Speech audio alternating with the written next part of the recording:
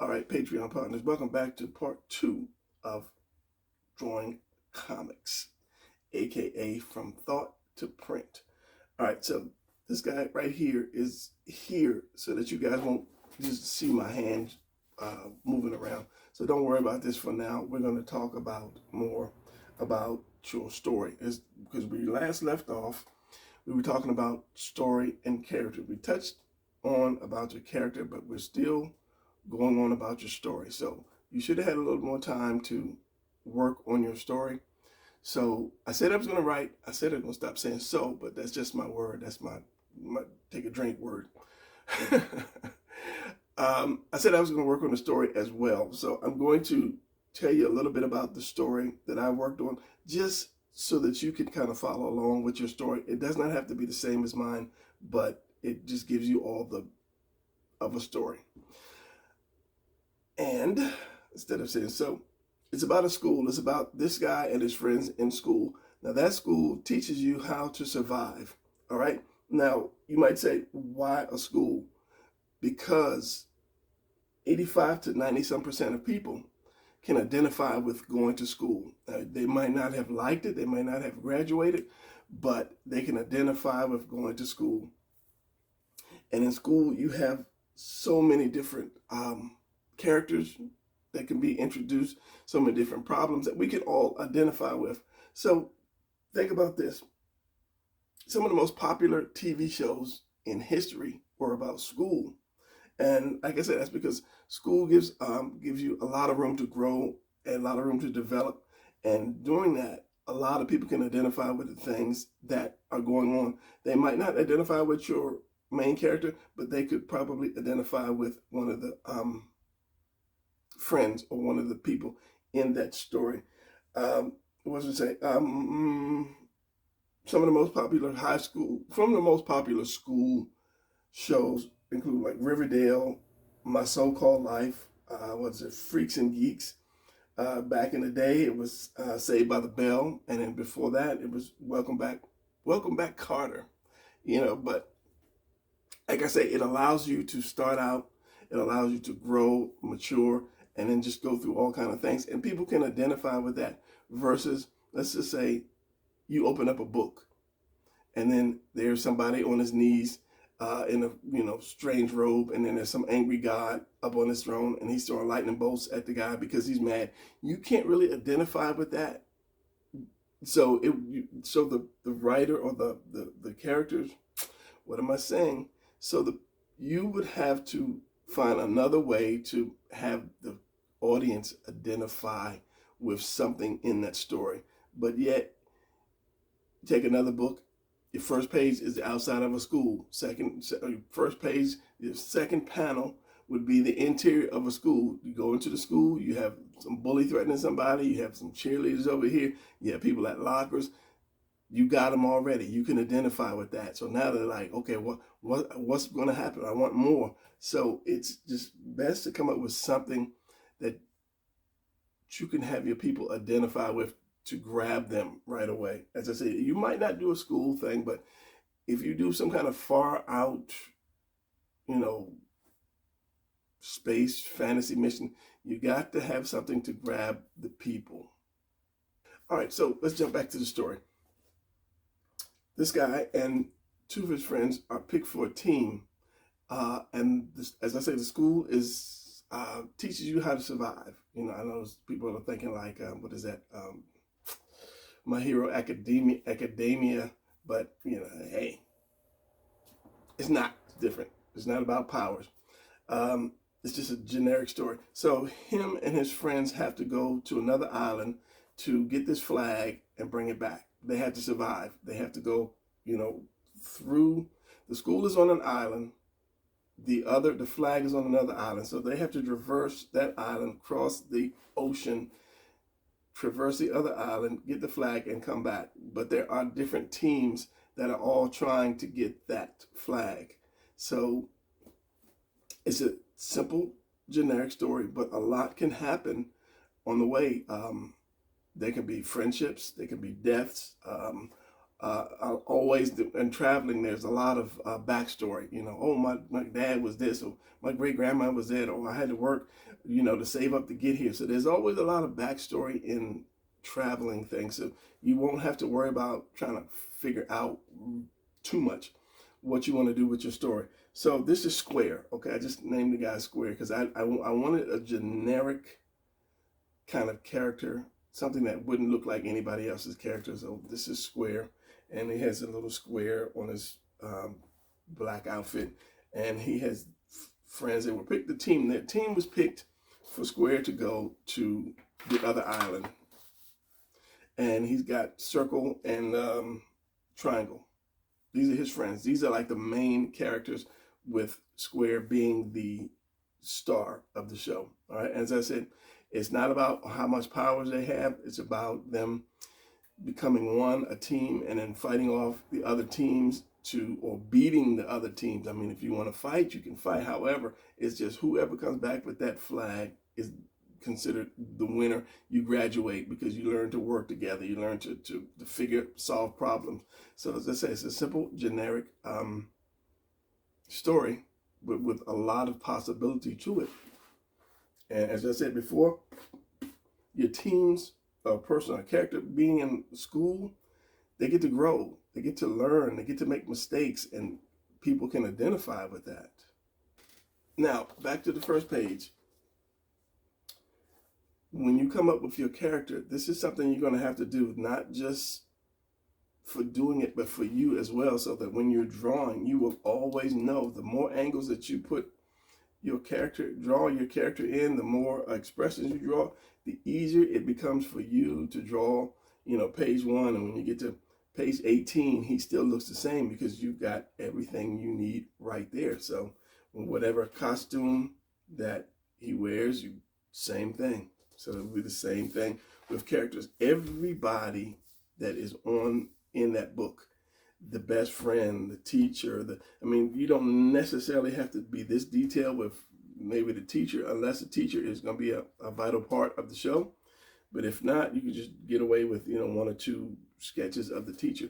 But the more sketches that you have of your character, the better it's going to be, or easier it's going to be for you, especially if you are not going to draw it. If you're going to give it, say, like to me to draw it, and I need to know what your character looks like, I need to know everything about it. It's like, here you go, Brian, right there. So, and you got this character, and you got, all your characters you have sketched out already for your artist. Makes it a lot easier. Also, my brain just locked up right there. You would do good to have as much, it just locked up again. Reference, thank you. Reference of everything you do. Say like, okay, we got a school. Let me get a piece of paper here. We've got my school. Go get you some reference of schools. It might be a futuristic school. It might be an old school, like in the 60s or the 40s or whatever. Get that reference, save it in a folder in your computer, or print it out, or however, but just, it makes it easy. And when drawing stuff like the homeroom, let's just say homeroom is always a part of, if this pencil wants to work, always a part of the story. So like, this is going to be my homeroom. A lot of times you're going to have to design some stuff regardless. You're going to have to design it. So this is my homeroom. We're looking down at it. So I'm going to take this and section it off in half, all right? So I'm going to put my doorway right here. This is the entrance to get into the classroom. And this section is 1, 2, 3, 4, okay? In section 1, in the corner, we have like the teacher's desk, okay? From, let's just say on the line, in section 2, we have your blackboard, or whiteboard nowadays. Board. Teacher's desk. It's your door, entrance door. So we have 2 rows of desks right here for the kids, and maybe 3 back here. This is a window right here, here, and here. 2 rows. So you can easily come up with this. I'm going to draw everything. So you're looking down. This is your door. So whenever you start to draw, get your windows, and you can have like posters or something on the side of the walls to also give you key reference points. So if I'm drawing now, I've got my homeroom. This is my homeroom. So if I'm going to draw the homeroom, let's put this more straighter like that. I can split that homeroom in half, like down here, and then say this is the halfway point. So now I can say, okay, this is the teacher's desk over here. This is one table or one desk. It's the second desk before the halfway point. Let's say the point is there. Perspective is going to be off because I'm just rushing. And then here,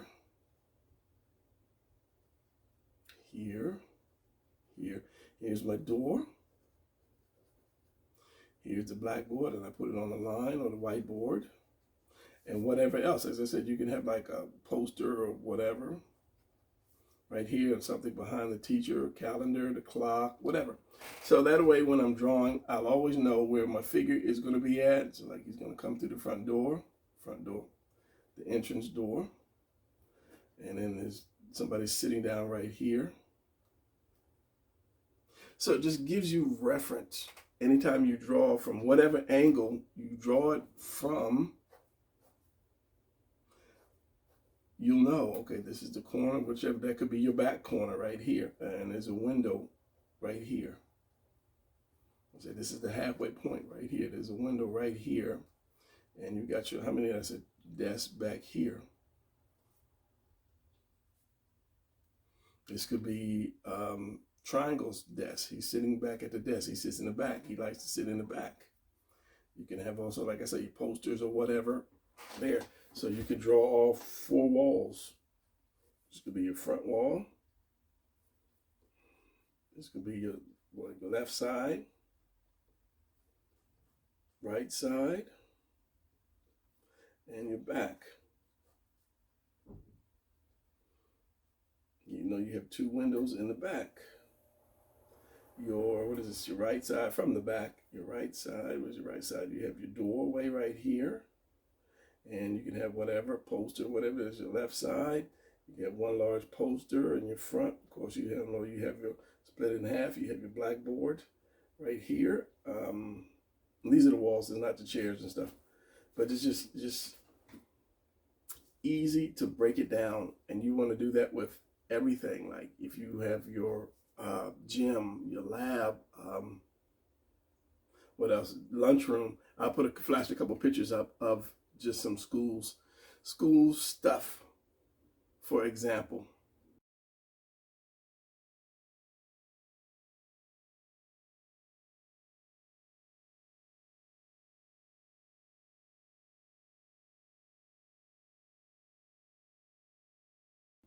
And I say you don't have to use the pictures.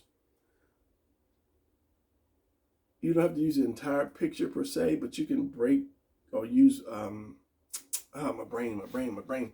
You can use parts of the picture for something you want, like lockers. 4 lockers. I know it's been so long since I've been to school and know what the lockers look like.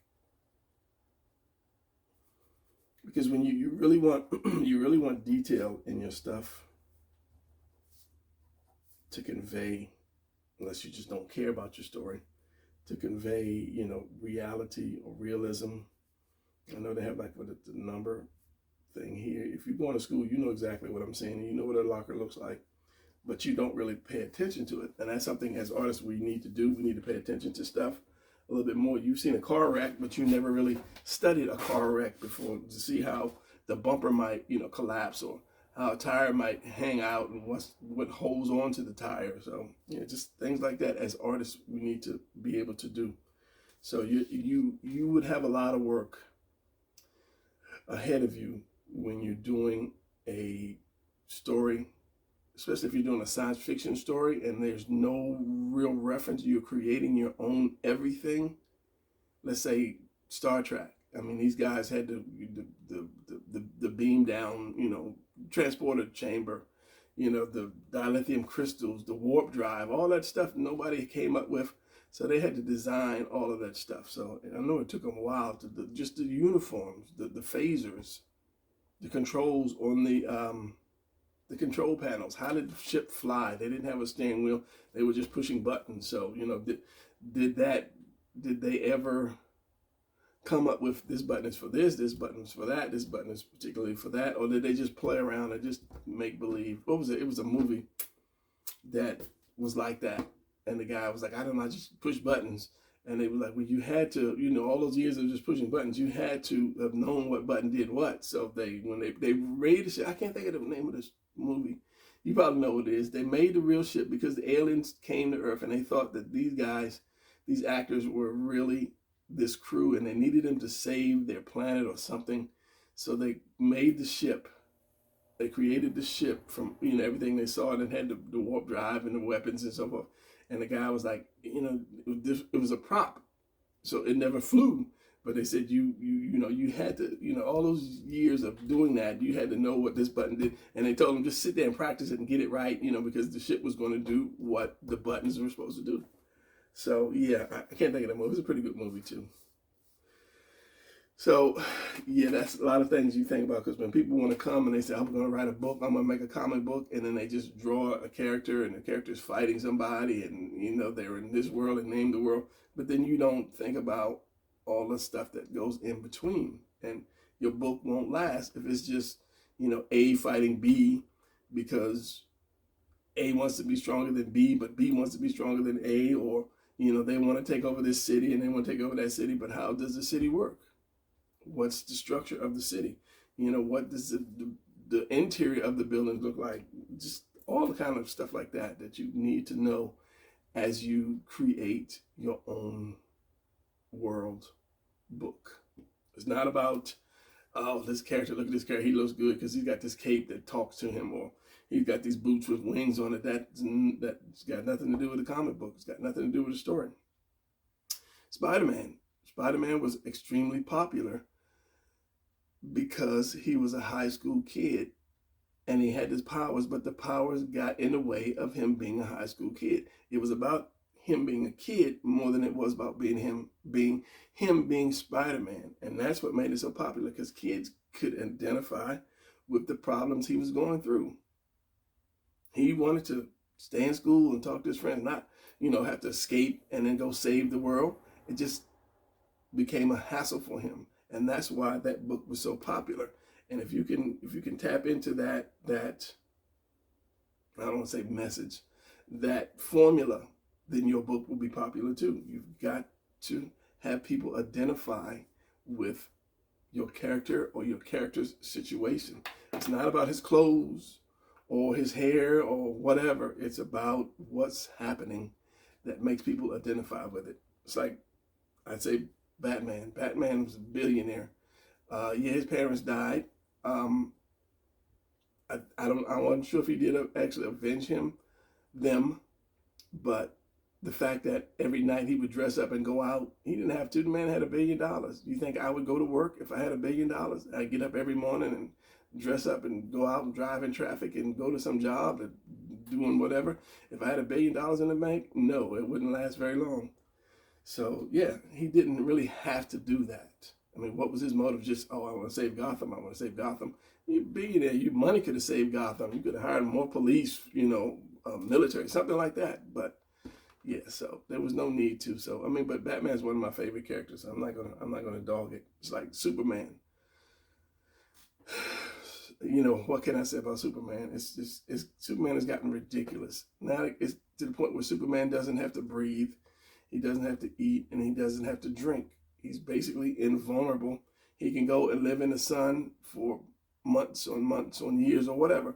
But he does that. He does all this amazing stuff in one book.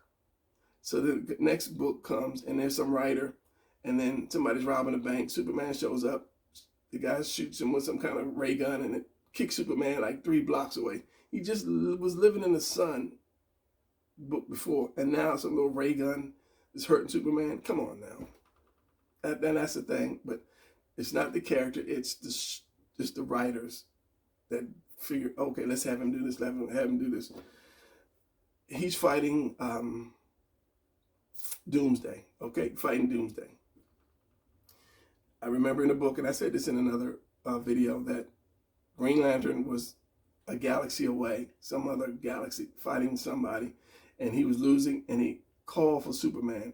Superman heard him on planet Earth while he was in bed. So it said, like in an instant, Superman flew up to this galaxy and saved Green Lantern. Okay, so you're fighting Doomsday in the city. You're destroying all these buildings. Why can't you just, in that split second, fly him to some galaxy far away and just leave him there? It's a writer thing, I guess. It's just, that's why I can't really get into Superman, because it's just, he's up here one day and he's down here the next day, and the next day he's over here, and the next day he was over there, or should I say next book. So yeah, it's just inconsistency. And I think when John Byrne took over, John Byrne's like one of my favorite artists, then comes Jim Lee, he said, I can't do anything with him because he's too powerful. So he told him, I'm going to reduce his powers to basically the beginning and then work his way back up, which was really smart of John to do that. But nowadays, Superman's fighting gods and everything else. But then he'd go, and then some young guy would, like I said, some power gloves or something, would just beat him down. It's like, you can fly from here to another galaxy in a split second. You can't get out of the way of somebody shooting you or punching you. So yeah, that's my beef with Superman. Sorry for all you Superman lovers, but yeah, if you know karate or you mastered the martial arts, all styles of the martial arts, nobody should be beating you. Nobody should be. So yeah, anyway, that's my rant for those heroes. All right, so these are my main characters. And as I said, the story is they're in a school. The teams have been picked, teams of 3. Now, it could be 20 teams, 2 teams, 18 teams, whatever. But all the teams have to go to the next island, get the flag, and get back. You can take the flag any way you want to. Let's just say maybe without killing the person, or it could be killing the person if it need be. You know, there's always some group that wants to kill, and there's an accident. But you have the characters, you have the basic outline of the story. From this point, you can start your book with what I gave you the information. You don't have to have the ending. If you know, okay, this team is going to come back with a flag, that's good enough. Get them started first. Show the teams being picked. Have them discuss how they're going to get from their island or the school island to the other island. And then you can start your book. Now, if it's going to be a one-shot book, yeah, you got to get it all together. But if it's going to be maybe like 10 issue or 10 books in, then you're still good. You don't have the middle part, but as you go along, as you're developing, as you're drawing, then you'll say to yourself, oh, you know what? This would be a good idea if a tree fell on this person, and so it'll come to you. If you have the beginning and the end of the story, then the middle will come to you. So I'm going to leave it at that, because there's a lot of thought for you guys. There's a lot of homework, shall we say, for you guys. You got to get your characters developed. You got to be able to see your characters, the names, the powers, the abilities. You don't have to have birth dates and all of that, but you have to be able to, once you draw them and you start doing the dialogue, it comes out who this person is and maybe why this person is. Remember who, what, where, when, and why. That's enough to get me interested. Oh, he's in school, and he's got these friends, and they have to do this, and he's got to do this because he got to save his farm because his parents are sick, blah blah blah. Okay, I'm interested. So yeah, find your reference. Find as much reference as you can if you're not creating it from scratch. Find as much reference as you can. Save it in a folder in your computer, or if you can cut stuff out, that'll work too. Start working on some of your designs that you might need. Maybe they have a special boat. Maybe they have a car or a helicopter or whatever. You have to start designing all that stuff out, basically before you get going. If they don't need a boat until like issue 3, because they have to go from the school across the island to the ocean, so they might not need that boat for 3 or 4 issues. You have time to design it. So as I say, that's enough to chew on for now, and I will get back with you in the next video with some follow-ups.